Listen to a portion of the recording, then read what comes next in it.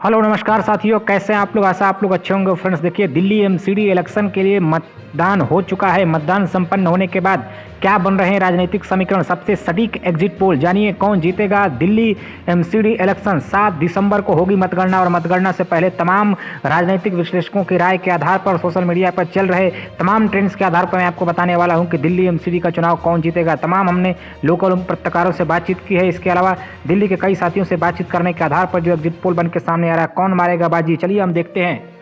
इसके पहले जो एमसीडी का चुनाव हुआ था उसमें एमसीडी की संख्या टोटल 3 थी। बाद में जो इस बार ये चुनाव हो रहा है तो नए परिसीमन में सभी एमसीडी को फिर से 1 कर दिया गया है। पहले सीटों की संख्या 272 थी जो कि अब घटकर 250 हो गई है। तो टोटल 250 सीटें हैं। इन पर जो है कि चुनाव संपन्न हुआ है। कुल वोटर्स की बात करें तो चुनाव आयोग के मुताबिक 1.45 करोड़ यानी कि लगभग 1.5 करोड़ से अधिक नागरिक वोट डालने के पात्र थे। इस साल कुल 1349 उम्मीदवार मैदान में थे और निकाय चुनाव के लिए करीब 13,638 मतदान केंद्र बनाए गए थे। मतगणना 7 दिसंबर को होगी। दिल्ली नगर निगम की 250 वार्डों में कुल 50.47% मतदान हुआ, जो कि 2017 के मुकाबले लगभग 3% कम है। इसके बहुत सारे मायने निकाले जा रहे हैं। और इसके पहले दिल्ली निकाय चुनाव में 2017 में 53.55% और 2012 में 53.39 और 2007 में 43.25% मतदान हुआ था। कम वोटिंग होने के बहुत सारे विश्लेषक अलग अलग मायने निकाल रहे हैं। इस बार के चुनाव में आम आदमी पार्टी ने दिल्ली एमसीडी से भारतीय जनता पार्टी को हटाने के लिए अपनी पूरी ताकत झोंक दी थी। वहीं अगर बात करें बीजेपी की तो बीजेपी ने भी अपनी बड़ी जीत का दावा किया है।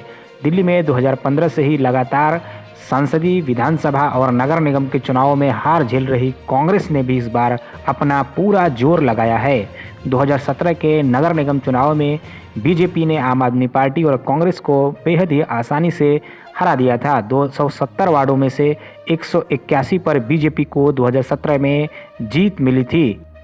चलिए सबसे पहले हम बात करने वाले हैं कौन सी पार्टी को कितने % वोट मिलने की संभावना है। देखिए यहाँ पे आम आदमी पार्टी यानी आप की बात करें तो अरविंद केजरीवाल की पार्टी को 48% लगभग वोट मिल सकता है एमसीडी के इलेक्शन में। वहीं बीजेपी की बात करें तो बीजेपी को इस बार नुकसान उठाना पड़ सकता है। 38% वोट लगभग बीजेपी के खाते में जाता हुआ दिखाई पड़ रहा है।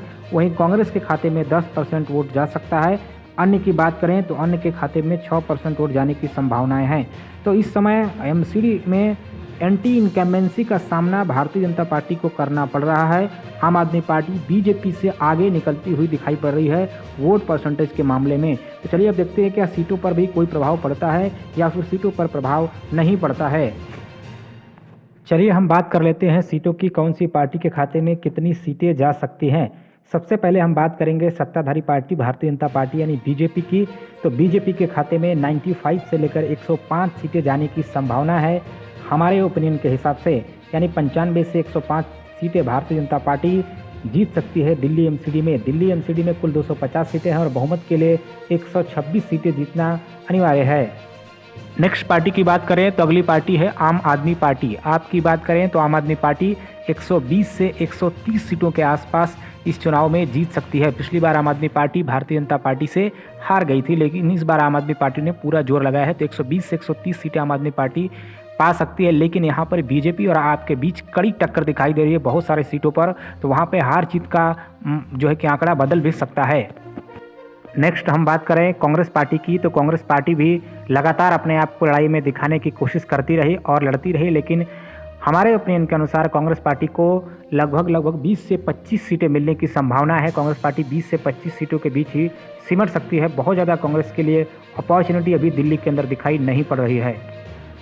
वहीं अन्य छोटी पार्टी और निर्दलीयों की बात करें तो अन्य के खाते में 10 से 15 सीटें जाने की संभावना बनी हुई है।